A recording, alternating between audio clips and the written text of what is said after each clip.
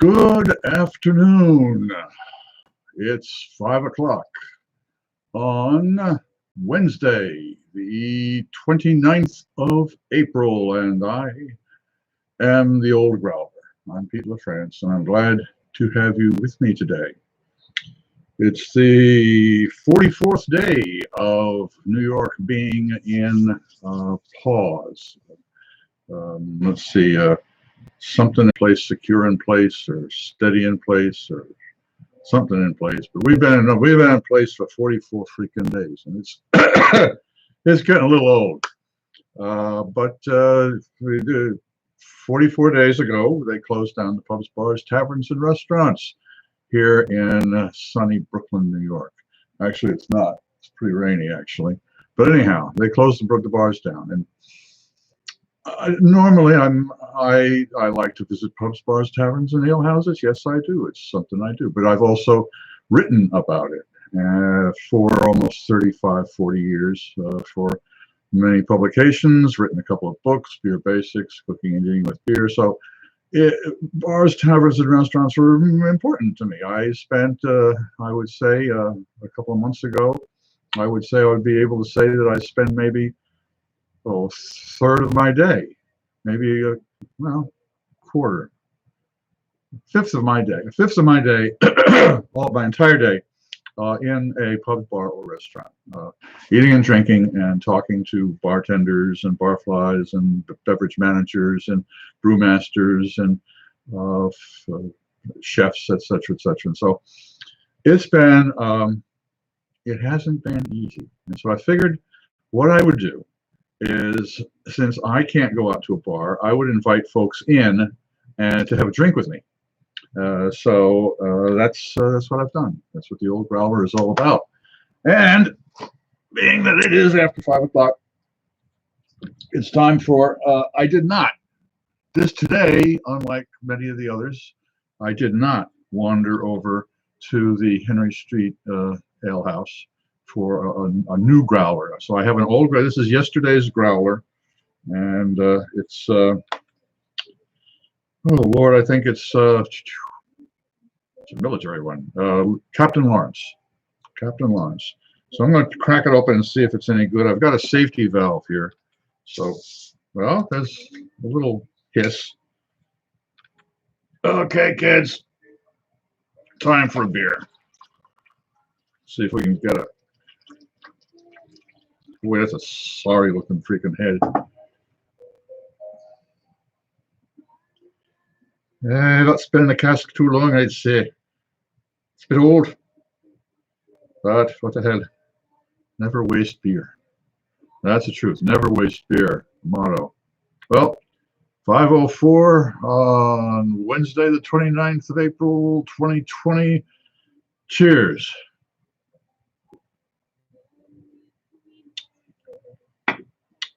That's not too bad. Stale ale, pale ale. Greetings, Mayor. Good to see you. Again. Oh, boy, there was something up. I'm drinking out of your glass there. That's what I do. I drink, and I know things. Yeah, that's pretty much. I find things out. Anyway, that's the truth. But anywho, where are we? Well, as tradition has it, I'm supposed to muse about this beer. It's not much to muse about. Well, wait a minute. Hold on. There is.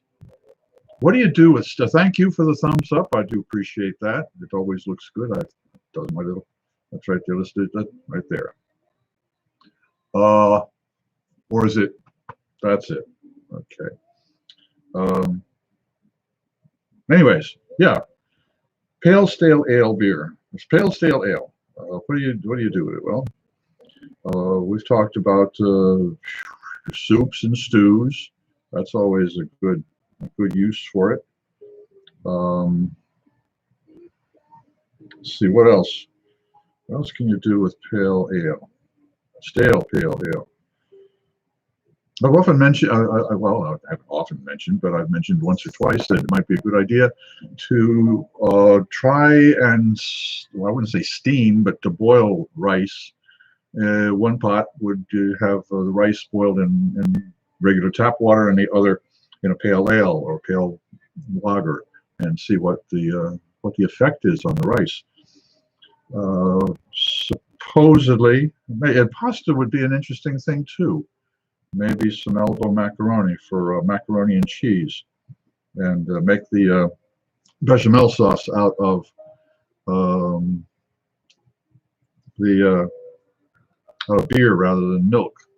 I don't know what that would quite do because milk has got the fat, little fatty lactose. Lactose is sugar. Milk fats in there, butterfat. I've done it before. There's a video, I believe, somewhere in the depths of this channel that has me cooking with beer, and I do believe it's a macaroni and cheese. In fact, I'm pretty sure it is. I'll try and put the link below. Let's see, there was something. Oh, a little news item. Yeah. Oh, geez, I love the news. This one is from the brewery itself, which is Monday Nights Brewing Company, and I believe they are in Atlanta. Yes, I am. True, in Atlanta, Georgia. And they posted a press release today. Georgians are not running back to the tap rooms, apparently. As its home state of Georgia became the first to lift social distancing, Atlanta-based Monday Night Brewing conducted a poll to gauge consumer sentiment towards returning to normal and found that 75% of the drinkers don't expect to visit a tap room until June at the earliest. More than 740 consumers took the survey between April 23 and 24.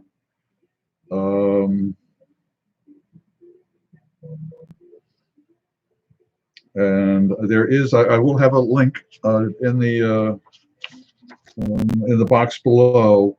I'll have a link to the brewery's release and to the release that the press release. I'm sorry, the story that was covered in the press. But essentially, even after restrictions are lifted, 36% of the respondents said they plan to visit a tap room within the first 2 weeks. More than 40 said maybe they would visit, and 23 said they would stay away for the first 2 weeks. But that is 75% of beer drinkers. I mean, serious beer drinkers are not going to go back to their watering holes there in Atlanta until June. So that's a month plus. So no matter what the governments are doing, people are smart. Oh, there was another one. Oh, geez, I found very interesting.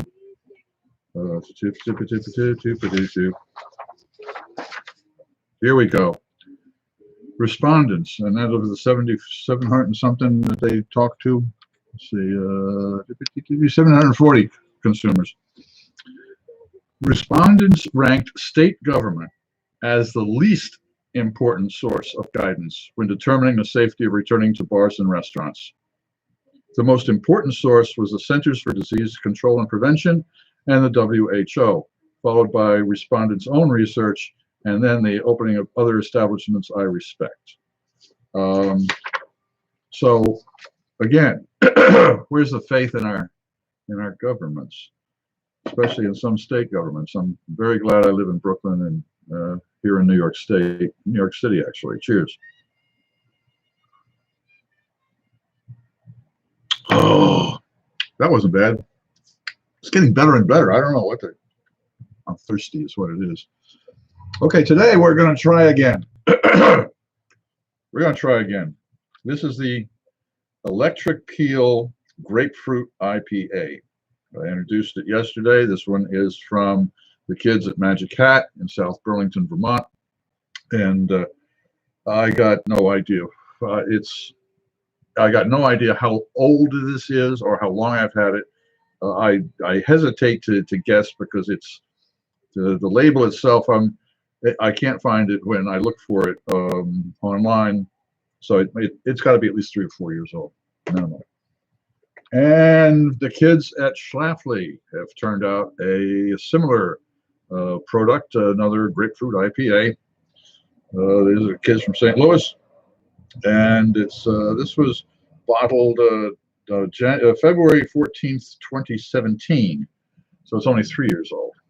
And the ABV on this one, alcohol by volume, is 5%, so it might have held up. But what it holds, what it's holding, I have no idea. And I tell you, I'm intrigued because, well, not intrigued, I'm fearful, because one of the main hops, the hop varieties that are used by brewers here in the United States to do IPAs, especially from the West Coast, is something called Cascade. And Cascade hops are absolutely identifiable by their flavor, and it is grapefruit. So why someone would want to put grapefruit in unless they've hopped it with something else, and if they have, well, bless their hearts. Anyways, that's the beer, the 2 beers for the tasting. And am I gonna?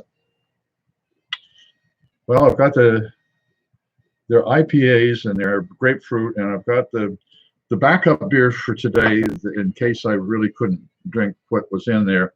I found another bottle of the Founder's French Toast Bastard, which is a stout.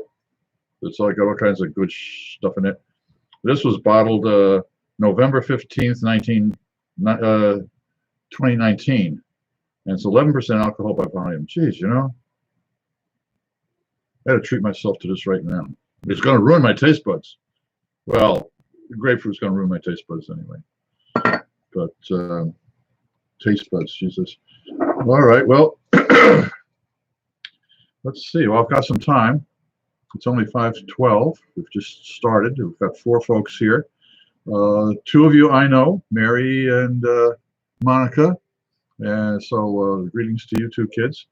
And whoever else is there, please don't be shy. Say a little something down there on the bottom right-hand side of the screen. And it wouldn't hurt to give me a thumbs up. I appreciate that. Oh, don't you worry there. Don't you worry. Nobody's late. This is the Old Growler's bar, you know, and oh boy, speaking of which, we've almost got I wouldn't say a full, but we've got a beginner's bar here now. Let's see now. Picked up recently. We're Negroni fans when it comes to a nighttime cocktail, and that's sweet vermouth, Campari, and gin. And my buddy Corey has got me, instead of a Campari, it's a bitter from, or it's a liqueur from the north of Italy that does pretty much the same thing, but with a little bit of a different flavor. And so we got that, and then picked up Black Label, which is a blended Scotch, Old Overhauled, which is of course a rye. We've got dry vermouth and sweet vermouth, and there's something else. Oh yeah, Angostura bitters and regular Angostura bitters and Angostura orange bitters. And I'm going to go looking for Gary Regan's bitters, or Gaz Regan's bitters as well. And as I mentioned before, we don't have well, the room in the icebox. The room in the freezer is limited, and so we don't have ice cubes. So we're freezing little jars, little pickle jars, 6-ounce pickle jars, hold 2 drinks each. And that way they're pre-mixed, they're in the freezer, all ready for after dinner or before dinner, or before and after dinner. I figure we've got what we've got there now. We could make martinis, old fashions, Manhattans, and Negronis. And so we're just, that's the start. But anyways, that's the latest and the greatest news on that as far as booze goes. And I still got some time. Well, let me bore you with some stories. How about stories? Do I have any requests? Well, there's 5 of you. Somebody else stopped in. Thank you very much for stopping in. It is good to see you. And I got some more thumbs ups. Fantastic. Thank you all very much. I appreciate that. I tell you. Boy, that inspires me. So I'm gonna crack open this here Founders French Toast Bastard Mothership Series. Got 12 fluid ounces. Founders Brewing Company, Grand Rapids, Michigan. You are holding in your hand an ultra limited. Okay. Brew Team favorite beer, only found at our taproom locations. Whether it is an old standby we brought out of retirement or an experimental new style, it's sure to go quickly. Brewed for a chosen few, and you're lucky enough to be one of them. And I am. For the folks at Founders, they have sent me some fine beers over the last year or two, and it's been a lot of fun. In fact, went to one of their events. So when the brewers were in town, back when we could go to events. And what I'll do is I'll leave the the link in the information box below the interview that I did with these guys. It was a lot of fun. It really was. But I'm going to crack this little baby open and bore you with some stories. Let's see. Oh, yeah.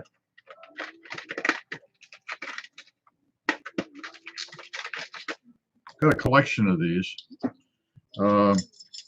Back in the old days when cans did not have the pop top, you had to get into them somehow. You had to punch a couple holes in there, And when beer bottles did not have twist-off tops, you actually had to use something to pry it open. Some people used their teeth.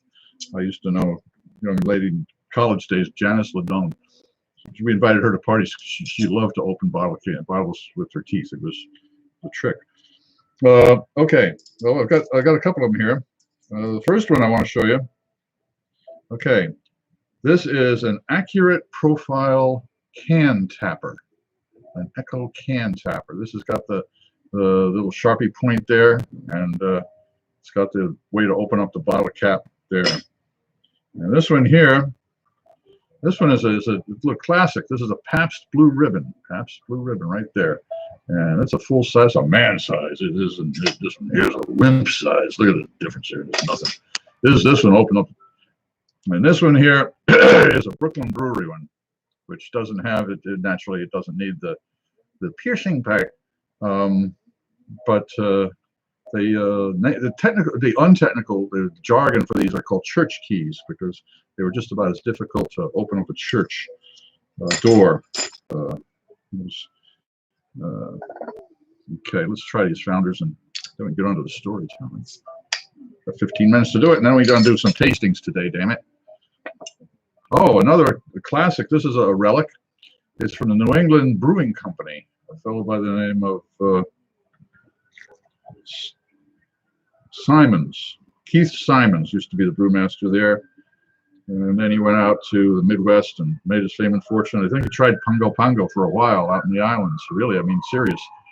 That's where the insects are. And we'll talk to folks about it or something. That's a nice beer. Okay, well, to old breweries, to old brewers, and to old friends. Cheers.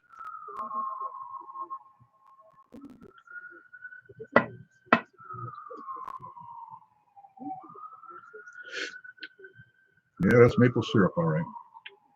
Always surprised to get flavors that you don't expect, particularly food that you don't expect in places that you don't expect. And that brings me to the topic today.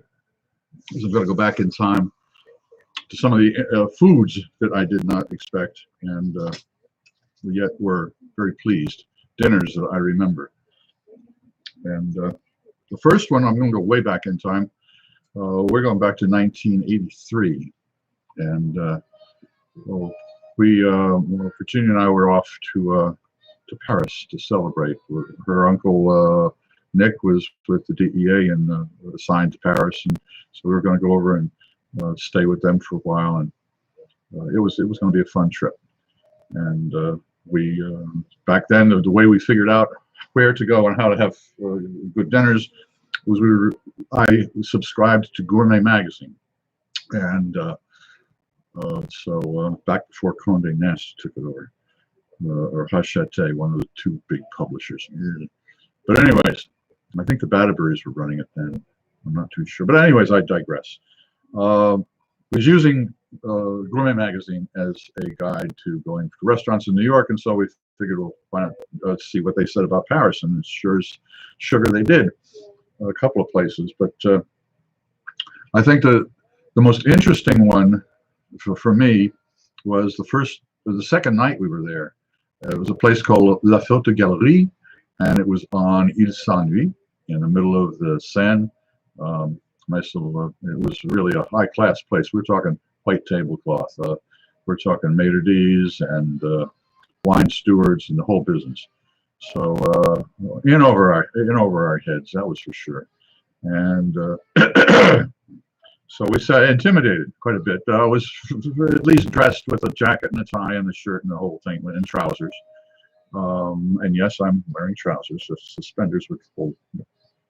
Anyway, so we sat down, very intimidated and jet lagged, for sure.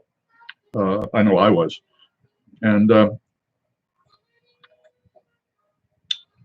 the way the captain seated us, and then the maitre d' came over and introduced himself and said the specials and if we would need anything, and here are the menus, and our waiter would be with us soon, and the sommelier was on his way. Phew. So I just was overwhelmed. Virginia, on the other hand, she was not quite as overwhelmed, so she took a look at the menu and saw veau, well, that's veal, and rognon de veau, so round, it sounds like rounds of, maybe rounds of veal. So she, a little Italian, so she was trying to translate Italian into French, and I can tell you it doesn't, it's the wrong way. Spanish maybe, but anyways, came time to order, and it's traditional that the male male is the first one to speak. I did, so I ordered up, and my absolute worst French. I said, "Je désire un carafe vin ordinaire, beefsteak bleu, frites, salad Dale." And the guy kind of gives me the look. Yeah, fuck you. So we took Virginia's order for the rognon de veau, and he suggested a salad afterwards and a soup to start with, and so we did it that way. And me being the crude American, I got my salad afterwards. But we started in, and so the first soup was there, and I forget how it came to me, but there's just some sort of appetizer. So then the main course comes, and I get my steak and French fries, and you go all the way to Paris to go to a great restaurant, and then you order that. Eh? Smart boy. But anyways, Virginia's rognon de veau came, and yes, that's what it was. It was veal kidneys. And it was little teeny tiny veal kidneys. They were the size of my thumbnail. I mean, they were teeny, they were small, and nicely cut in half and napped in a mustard sauce that was in a mustard sauce, in a sauce, because I didn't know what it was yet. And in the middle was a steamed artichoke, and it was just beautifully plated. I mean, just a magnificent thing. And she tried one and just couldn't eat it. So, being a gentleman, and not knowing exactly what it was anyway, I handed her my steak frite, and I took her plate of rognon de veau. And after the first rognon, I fell in love with rognon de veau. which would drive a vegetarian crazy, but I like doing that. In any event, the waiter noticed and said something to the maitre d', and the maitre d' came over and asked if perhaps he could suggest a bottle of wine that would go better than this vin ordinaire that I had. And so I picked up a couple of brownie points for that, I guess. But that was I think that was the most intimidating, but it changed my mind as far as offal, as far as organ meat goes. I mean, but the other night I think I talked about deer liver. Well, this one was veal kidneys, and so it was one of those learning experiences that happens quite often. Well, not too often, I hope. The other was it was a brilliant early afternoon at Vermouth.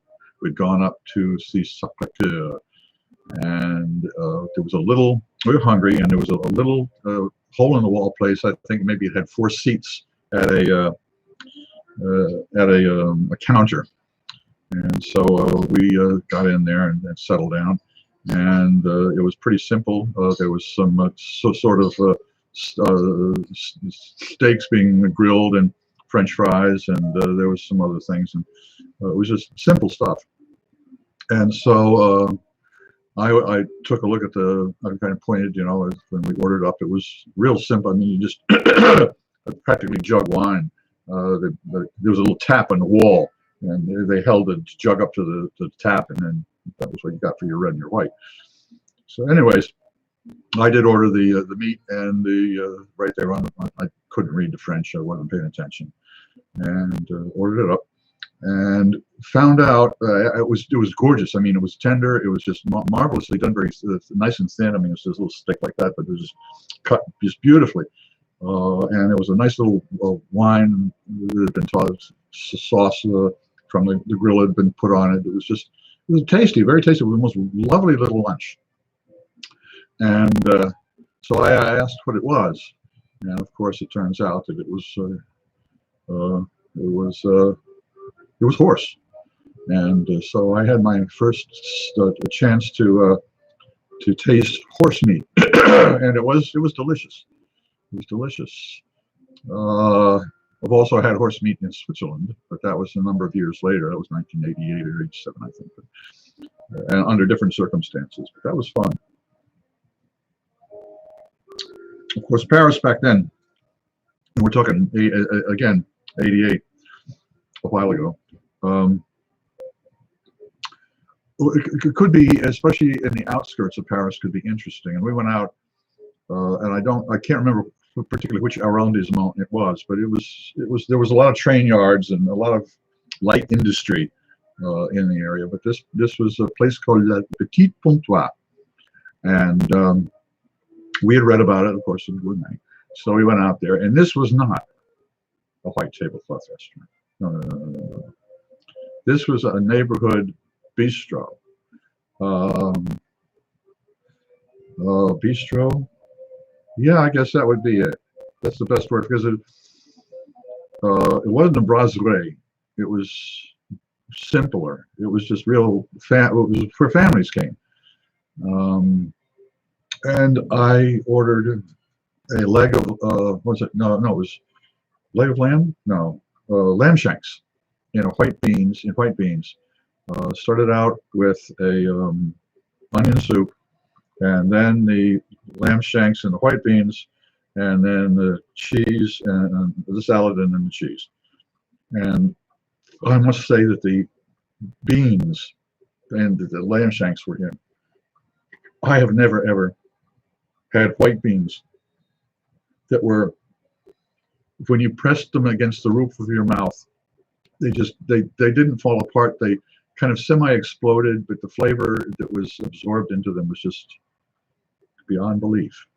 And the lamb shanks were tender, but not gelatinous yet. They were just, it was a marvelous meal, and simple. Again, a simple Vauqueras wine, And oh, speaking of fakiras, there was a picture I posted recently on Facebook of one of the dinners that we've just had. And I just, when I post a picture of my repast, I try and put a caption on it that will explain, what that dinner is. Well, this one was, I believe, what was left over of the pork ribs, the short ribs, the saffron Spanish rice, and collard greens, and a nice little bottle of vacuras. So instead of typing this out I dictate it into the phone so that it goes to Facebook and to Instagram. And so I looked at it, because I didn't want to type it out, but it came along, it said the pork, and then the collard greens. It had collard greens spelled correctly, and then it said a nice little bottle of fuck your ass. Now, I know that machine doesn't speak French, but I was very glad that I caught that one, because it was a little embarrassing. It was a little embarrassing. But getting back to that wonderful meal at Petit Pontois, the meal was fantastic. But we learned a little bit about French neighborhood France. The neighborhood Paris, anyway, put it that way. Virginia asked where the lavatory was, and of course they said, well, it's outside, and then you'd have to make you go out in the little courtyard, and there's she'll go, the lady who was the patron there or patrona, one of the owner's wife would take her to the lavatory. So she says, yes, you're fine. So she gets up and takes her purse with her and goes, and comes back. And yes, that's exactly what it was. The owner's wife took her out to not a shed, but a door, and opened it up, and there was a light, and there was a concrete floor, and there was a hole in the concrete floor. So that was again, a learning experience. One of those cool things. Geez, I had a whole bunch of more restaurants to go to talk about. Okay, I'm just going to do one more, and then we'll go to the beer tasting. But this was back in 1990 or 1991, and this is a Smith and Wollensky story. And this is a restaurant upstairs, the high class restaurant, the big boy, not Wollensky's Grill down around the corner, but Smith Wollensky's. And my friend, again, my buddy Jim Glass, had a guest in town who was, this is just, it had to be just after the Berlin Wall had come down. And so this guy was a director from, a small-time film director from East Germany. And so he was visiting. And so Jim decided to show him New York. And boy, oh boy, did he show him New York. My father-in-law was there as well, and Jim and I and Dave split the ticket on this one to treat this German. Okay, so we sit down at the table, and he's pretty impressed by the look of the place to begin with. And then the waiter goes by with a cart. You're pushing the cart for a table of 10 over there, and it had like 3 plates of a full plate of lobster, steaks stacked, and this poor German man, the dude went nuts. I mean, he couldn't handle it. He just sat there and stared at that. Boy, he thought it was just, he'd never seen anything like it in his life. And the interesting part, the part that I took away from that dinner was the fact that it was also, I enjoyed it tremendously. I had the prime rib and, of course, hash browns and cream spinach, and a bottle of Schramsberg, California sparkling wine to start with, and then there was a Carneros Creek Zinfandel.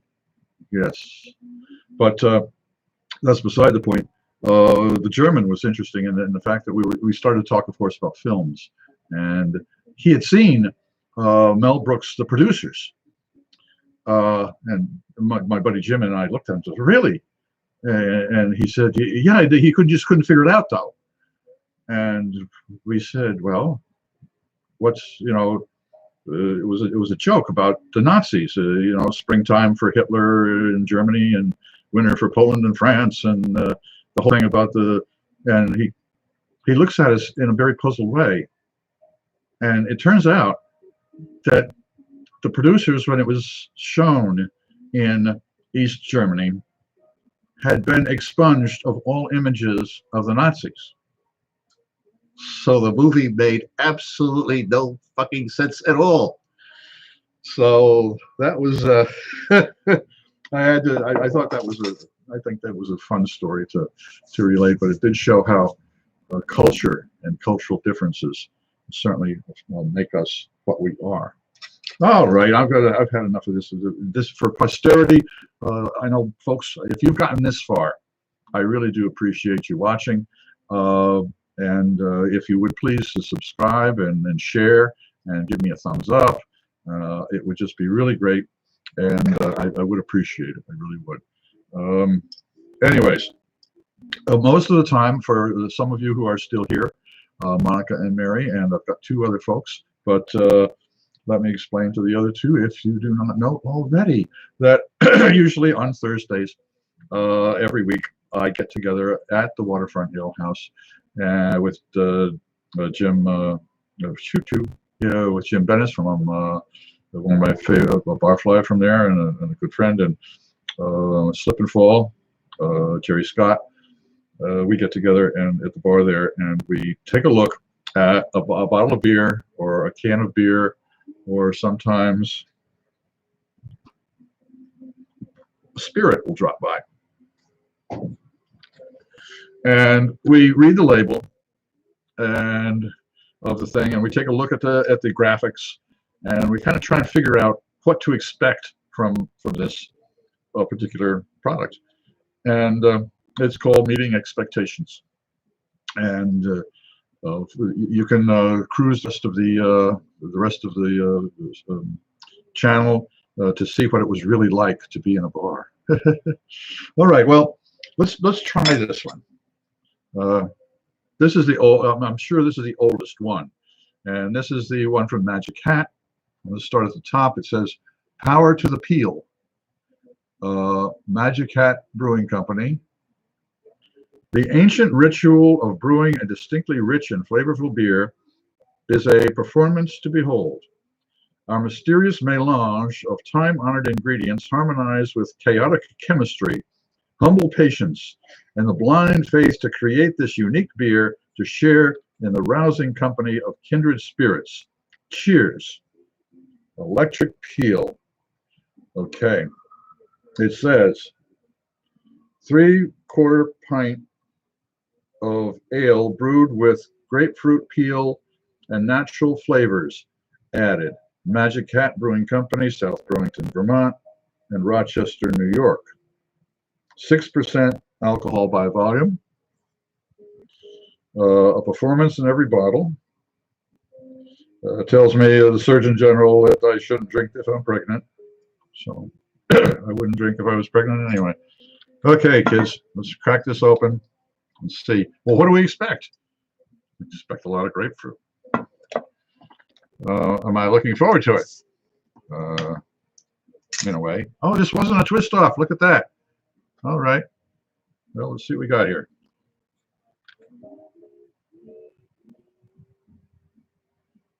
Well, for an old beer, it's held up pretty good. Although it's got a little bit of a haze. Now, yeah, it's got a smidge of a haze in there. Now, I don't know whether that's good or bad, but we're going to find out. Let's what type of aroma? We're going to get blown away by grapefruit, right? Okay. Oh yeah, none of that, but the front of this has a three-pronged electric thing, so it's electrical, and it's got it biting like a snake on a grapefruit. So I'm expecting to get my socks knocked off. Yes, I have socks on. Okay, well, it's not too overpowering aroma.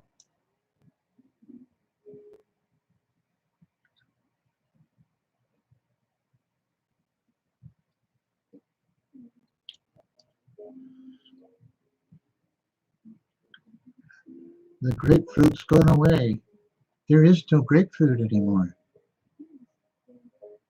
That's freaky. That is incredibly freaky. This has to be older than dirt then. Oh yeah, it is. There's shit floating around. Pardon my French. There's mold floating around the bottle. No, there's it is a bottle I don't think that it's a bottle fermented beer, and there are particles in the bottom. So I fortunately did not pour any particles into my beer.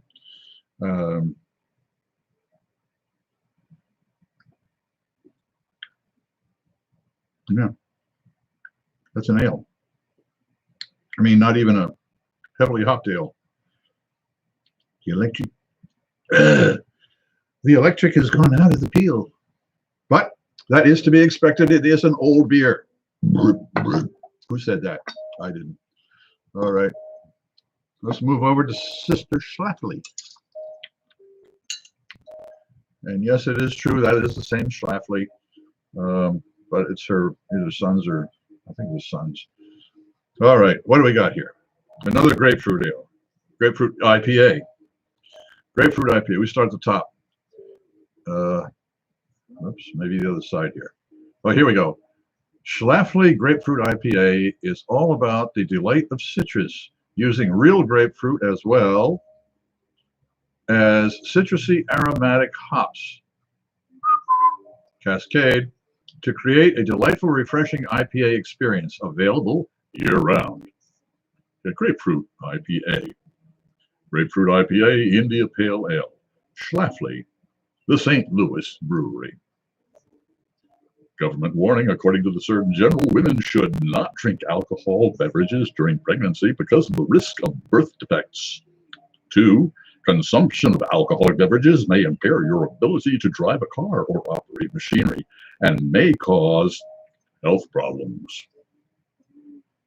Is bottled with love. 5% alcohol by volume. Bottled on February the 14th, 2017 at 16:48. That is 4:48. Yes, which is a little bit earlier than it is now. The Schlafly Company, brewed and bottled by St. Louis Brewery, LLC. For best flavor, keep refrigerated. Okay. It's pretty straightforward. It looks, I would have done a little yellower for the, but I guess a grapefruit, kind of not too sure. It's got a lot of hop image on here, a lot of hop flower image. And I was warned around this is called, in the technical word, this is called a necker. That's not somebody who snogs. You know, now I have to explain what snogging is. No, I'm not. Okay. Oh, on the top here, it says renewable energy, 100%. Schlafly.com green. And it's got like a wing or a windmill. It looks like a windmill thing. Blades. All right. Well, it got a little bit of a hiss out of this, so we can only hope that it's. Here we go. Wish I'd clean that glass. Okay, this is a clean one, a clear one. Oh, look at that. Look at that. That's a nice head too. Oh boy, oh boy, oh boy. All right, what are we expecting? Well, we just found out that we're expecting. Well, that's a little cloudy too. Okay, well, maybe that has to do with the hops. Okay. Let's see the two of them together. Holy shit, they're almost the same. Look at that. Holy shit. I never understood why shit was holy. Okay, I'm getting some grapefruit. Yes, sir, Bob. I am. Let's give it a try.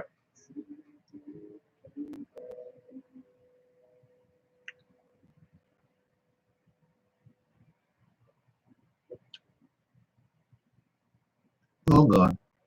No more grapefruit. Grapefruit doesn't travel through time. The TARDIS does. Doctor Who. I have to cultivate. I have to start binge watching Doctor Who. I've been told that it's a tremendous, and it goes through many doctors, so I have many seasons to go through for the Who. But so, anyways, there we go. Meeting expectations. Did the kids at Schlafly and did the kids at Magic Hat do their beers hold up through time? Time is not good for beer unless it is a high alcohol beer, and that's common knowledge.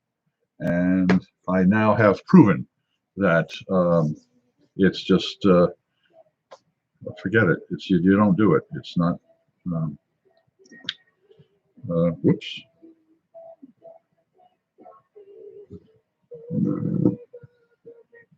No, I can't tell. Yes, I can.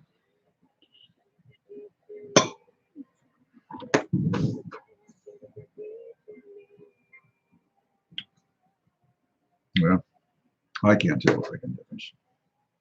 I'm going to go back to the maple syrup. Anyways, so I'm